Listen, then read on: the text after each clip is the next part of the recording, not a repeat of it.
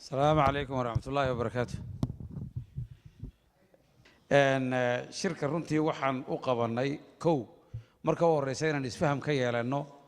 ama aragti midaysan ka yeelano mustaqbalka horumarka iyo barwaaqaynta dhulkii aynu ka nimid maxaa inooga meel yaalla adduunyadu way isbedelaysaa tatawur baa lagu jiraa abaaraha dhacay siyaasad baa timid sidee buu markaa markaa wax wada yeelanaya ama u kala yeelanaya inaanu isla fahanno ayaan doonaynaa haddii ilaahay idhaa maanta arrinta labaad waxa weeye inaan bal horta qalno ama isla jeexjeexno baahiyaha isku keenay laftooda waayo aynu iskugu baahannahay anigoo kelideeya awalba dee maynaan shirkii labaad baa ku qoran halkan sida aad aragtaan dee awalba maynaan shiri jirine maxaa maanta isku keenay aynu isugu imanaynaa inaan iyada lafteeda isla eegno aan wax iska weydiino haddii ilaahay idhaa taas oo runtii lagu macnayn karo horta nin kelidii nin makaahila ama samaroona oo kelidii horta guul ka gaari karaa ma jiro nolosha waa la isku wada baahan yahay dadka jaarkii way isku baahan yihiin hadday laan tahay hadday soomaali galbeed tahay hadday Djibouti tahay dadku markay degaan wada yihiin way isku wada baahan yihiin laakiin qaabkii ay iskugu baahnaayeen inay isla qeexaan oo mid cadaalad ku dhisan uu noqdo oo aan ninna loo xoog sheeganayn ama ninna aan xaqiisa lagu dulmayn hebel baa tahay ayaa muhiima dad badani waxay leeyihiin in badan baa la lahaa dee waxaa gadabursi baa la gadabursi wixiisiina muxuu ah saddex baa loo qaybinayaa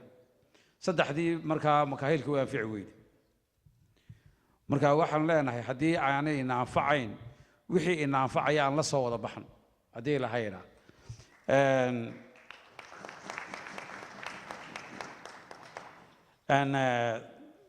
isku taguna dee kolley waa magacana waan wada wadaagnaa ma aha mid aan samaynay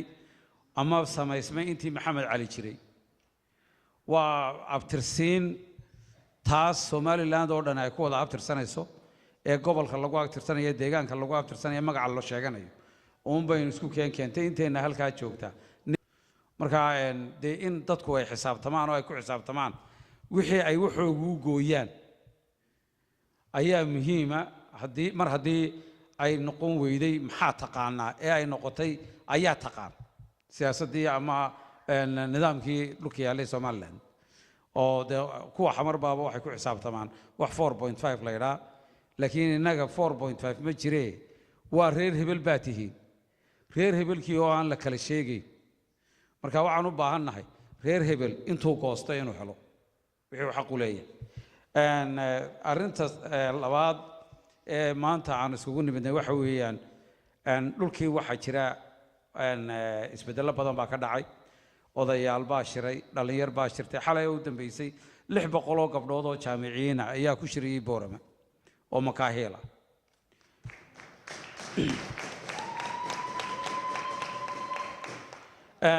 maalintii hore waad ogeydeen oo waxaa shiray ilaa 600 oo dumara 600 oo dhallinyara ilaa 50 odayaasheena ka mida intaasi waxa ay rabaan oo ay ka shaqaynayaan inay u mudoobaan dantooda oo ay meel iswa taagaan shirkani waxaan ku taageeraynaa tallaabooyinka hore u socodka ee ka dhacaya meesha dadku markay isku tagaan ayuun baanay wax gooyaan si haddaba ay wax u gooyaan ayaan ku taageeraynaa hiil iyo hobana waan la garab taagannahay odayaasha iyo dhallinyarada iyo haweenka ka hana qaaday boorama waxaan leenahay ha soo noqonina wixii aad wada jir ku weydaan keli ku heli maysaan sheekadii jibriilka iyo nuurku way dhammaatay waxaa la bilaabay sheeko ka weyntii marka waxaan leenahay dadkaas odayaasha in ay sidaa iyaguna ku hogaamiyaan oo hoggaan dhaqan noqdaan kuwa siyaasiyiinta la shaqaynaya inay sidaa kula shaqeeyaan iyaguna haddii ilaahay idhaa tag u dambaysa iyadana aan muxuu ahaa caawa iskugu nimid waxa weeye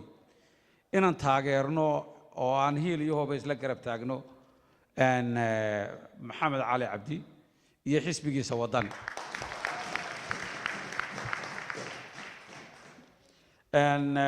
maxamed run ahaantii dad badan baa waxay aaminsan yihiin inuu diyaaradda uun raacay oo uu kaga degay hargeysa dabeedna meesha lagu qoray anigu dadkii 2011 raacay baan ka mid ahaa ilaa intaana uu xarbiyay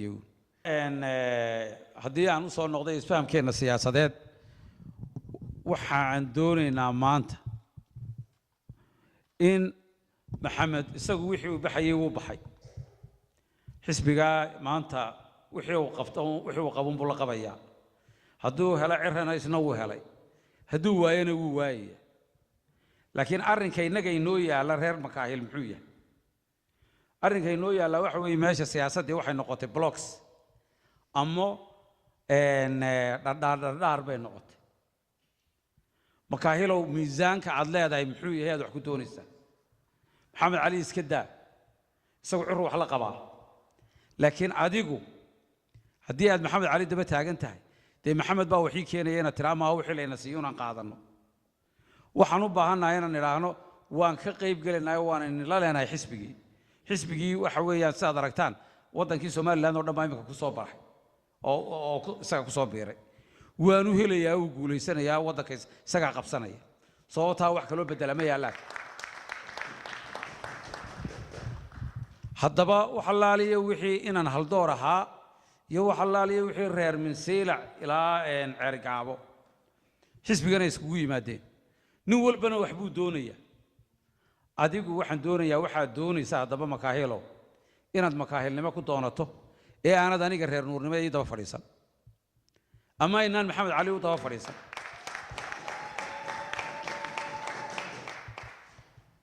xisbigan waynu wada leenahay taladiisana waynu wada leenahay wixii inooga soo go'a waxaan ku goosan karnaa innagoo wada soconna bishan dabayaaqadeeda ama bisha dambe haddii ilaahay ilaa 3deeda 2deeda xisbiga hoggaankiisa oo dhan baa boorama aan ku casuumaynaa waxa casuumaya makaahil waxaan ka doonaynaa xisbigu wuxuu na siin karayo ama aan ku leenahay inay qayb aan leenahay inagu noqoto ee ayna noqonin wixii laynoo garta iyaa layna siinayaa berri marka haddii ilaahay idhaa midaynta ama aan ku midaysannahay maanta maxamed cali ama halkan aan ku midaysannahay halkaana waxaan rabnaa in lagaga midaysnaado oo xisaab lagu wada joogo innagu haddii magac baan dee ku daba soconnaa magacaan ku daba soconno xisbigiina haddaba wax kaga qaadan wixii aan goosannana aan la nimaadno laakiin tala midaysanunba wax ku heli karnaa tubiiqbiiqa oo reer cabdi iyo reer cali iyo reer jaamac iyo kana reer yaro cayn kana ahaa iyo waxaas ma shaqaynayso wax lagu siiyo oo xisbi kale aad u daba fadhiisto nin kale u sii daba fadhiisataana kulley waxayna anfacaya maaha waxaynu maanta u nimid waxa weeyaan wixiina anfacaya inaan dhulka ka qaadanno horumarka dhulkeenna inaan muxuu ahaa u midowno waxa laba daraale ina sii dhaqaajinaya waxa weeye waxaynu aragnaa waddankii oo daaqadda ka sii baxaya ilaah baa inugu dhaarshay bal waxaad aragtaan 3 bilood bay abaartaasi socotaa gobolka aan degannahay deegaankeenna weliba oo laga bilaabo muxuu ahaa kalabaydh laga bilaabo ilaa boorame inta laga gaadhayo dadkii inagu soo qaxay ma waxaa caqligu ina siinayaa in la garan waayey dadkaa in loo gurmado oo sida loo gurmadaan la aqoon ilaa in dadkan wax xukumayaa intaan anagu laagayn bay leegiin intaan soo jireen way soo jireen waanay talin jireen waxna way barteen dadkii ma waxay garan laayeen war degme hebel imise qof baa ka shaqayn karta oo abaarihii dadkii meel iskugu keena iyagii baaba yimid cawsuu iibiye meel biyo ugu shuba tiim ka shaqeeya u dira dadkii baa maanta bilaabmay marka runtii dadka maanta waxa keliyahee xal inooy waxa weeye inaan xisbigaa taageerno inaan heel iyo holba isla garab taagno 7 sano oo kale oo qabyaalad iyo musuq iyo maamul xumo ina sii haysato war miyaan u taagaynaa horta anu waxaan aaminsanayaa inaan 1 year dambe sii sugi karayn markaa si aan bal waxa isaga dulqaadno mowqifkeennu ha caddaado oo ha ku caddaado xisbigaa waddani iyo inaan labadaa nin isdaba taagno wixii aynu xaq ku leenahayna aynaan cidna ugu habran partner wax la yidhaha baa jira partner baan noqonaynaa ma noqonayno mid wax la siiyo oo hooseeya waxaan noqonaynaa gacan siman innagiyo iyagu haddii ilaha yidhaa insha allahna waana guulaysanayaan waddankana insha allah barwaaqa ay noogu horreyn doonto maalinta asalaamu calaykum waraxmatullahi wabarakaatu intaa ka bacdi waxaan hadda kusoo dhaweynayaa cabdirashiid xuseen sayre oo isna kelmad oran doona haddii ilaha yidhahdo falyatafadal cabdirashiid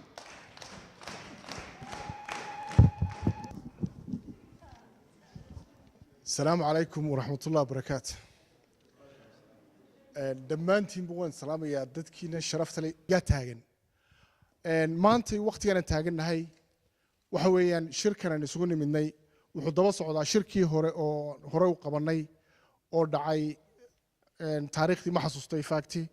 صدق حتى ممكن بشوا هون جالهاي لعبت ممكن بشا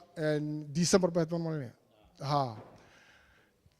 haddaba markaan sheekadii ka sii tixraacno halkaas waxaanu nahay horta qabaayil ilaahayna qabiil buu naga dhigay markaynu qabiil ka hadlaynana ma aha inaynu dafirno waxaynu nahay qabiil la yidhaha makaahil haddaan wax ku helayno iyo haddaan wax ku waaynaba qabaayilada kale aynu samaroonka aynu walaalaha nahay samaroonka kale aynu walaalaha nahay xumaan aan u samaynayno iyaga dartood shirarkeennani maaha waa ta koowaad talabaad siyaasaddii baa waxay noqotay maanta warin ayaa tahay siyaasaddu awal waxay ahayd qofkani muxuu jecel yahay muxuu rabaa muxuu yaqaanaa halkuu tegi karaa halkuuse wax ka qaban karaa laakiin maanta waxay noqotay siyaasaddii qolomaa tahay inaad aragteen moogiya tifiyada somalilan waxaad arkaysaan iyadoo la isku laynayo ninkaas waa reer hebeloo qabiilkiisii buu raaci waayey waa in la dilo hadhow baa la odhay war maxaa lagu dilay ninka waa reer hebel buu ahaayo reer hebel buu iyuu support garaynayay marka noloshu markii halkaa gaadhay dee aniguna waa inaan noqdo ninkii makaahilka ahaa ee makaahilkiisa dhinac ka raacayay haddii kale beritooliye waa lagu dili doonaa intaa markaan ka gudubno dadku waxay isku raacaan mabda aynu isku raacaynaa maanta waa jiritaanka makaahil waayo waxyaabo fara badan baa jira oo ka jira maanta waddanka dhibta ugu weynna waxay haysataa waa qabiilka inagu ka dhalanay haddii qabiilkuuna isku duubnay sidiisaba uu tafaraarqu yeeshana meel ma gaadho wuxuu qofku noqon karaa geesi markuu garabkiisa eego ee uu arko tolkii ama reerkii uu ka dhashay ama dadkii ay wax wada lahaayeen ama isku magac iyo mabda ay ahaayeen oo wada socda intaas markaad ka gudubtaanna noloshu waa labo qofka bini'aadmigii markuu meel soo taago wuxuu leeyahay hami markaad hamido haddana waxa ku hor taagan hadaf maxaan isku raacaynaa in makaahil ku nahay aynu ku tegaynaa meel aynu meel kaga dhaqaaqaynaa waxaynu kaga dhaqaaqaynaa kow inaynu helno horta waxaynu xaq u leenahay oo waddankeennii maanta ka jira markaad dib u eegto wasiirka maaliyadda ee somalilan waxay keentay intaasoo kunoo mashruuc hal mashruuc ama laba mashruuc boorame iyo gobolka awdal dhan kuma tirsana ka gudub intaa markaynu isla meel dhigno waa inaynu horta ogaanno xisbigan waddani waxbaynu ku leenahay oo innagaa wax ku leh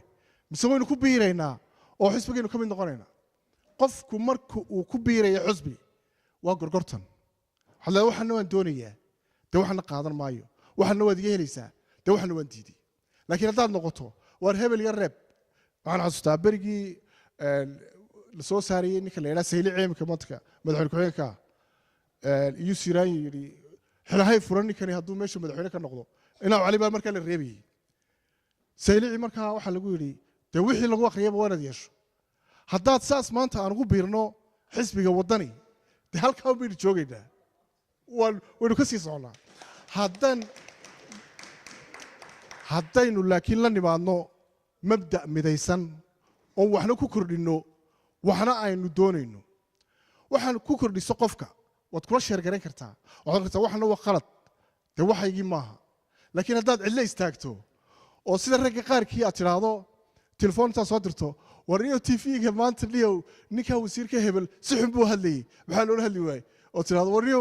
malaha mooyaante uu ku idhaa war anu somalilandba ma rumaysni maxaad iga weydiinaysaa dee ninka wasiirka hadda somaliland mama rumaysnidi maxaad iga weydiinaysaa qofku wuxuu uu yahay waa inuu xaqiiqada taabto xaqiiqadu waa maxay war horta guriga ilaahay kugu dhaliyey beydka kugu dhaliyey jaarkaaga waa inaad la macaamisho diiniyan baa lagugu sheegayaa inaad jaarkaaga ogaato waxay ku nool yihiin labada qabiil aynu jaarka nahay ee dariskeenna ah ilaah baa iskeen baday ma kala guurayno iyagoon kala guuraynin oo kala tegaynin haddana waxaa loo baahan yahay war qofkan sideed alliance ula noqon kartaa maanta marxaladda taagan alliance-ka loo baahan yahay ee la doonayo waa makaahil laakiin makaahil ma oga awooddiisa wuxuu mar kasta isku darayaa inuu yidhaahdo dee malaha qaarkood shirarka marka laisku yimaado waxa lagu odhanaya makaahil baan sheeganin waayo dee samaroonkii kalaa yaa waa khalad waa maxay sababtu dee waa inaad fahantaan markaa fahamkuna waad garan kartaan okay intaa markaan taa kaga gudubno waxa weeye niyow xisbi baynu doonaynaa inaynu gallo inaynu taageerno ama aynu ka mid noqonno xisbi marka la tegayo waxaa loo baahan yahay dhaqaale waxaa loo baahan yahay maal waxaa loo baahan yahay hiil iyo hooba in la siiyo qofka ma taageerayno maxamed cali oo keliya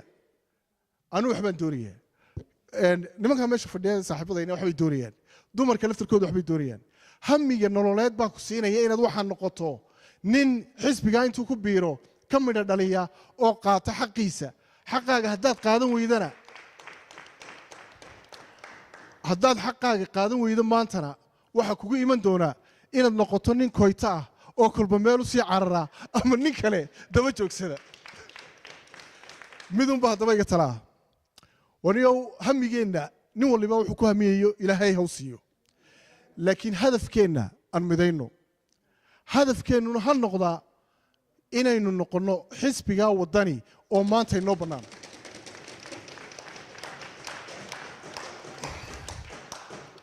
okay sidaynu haddaba xisbigaasi ula midoobi karnaa oynu wax ula qabsan karnaa wax kale maaha inteenna maanta meesha fadhida ayaa nin waliba wuxuu awoodi karo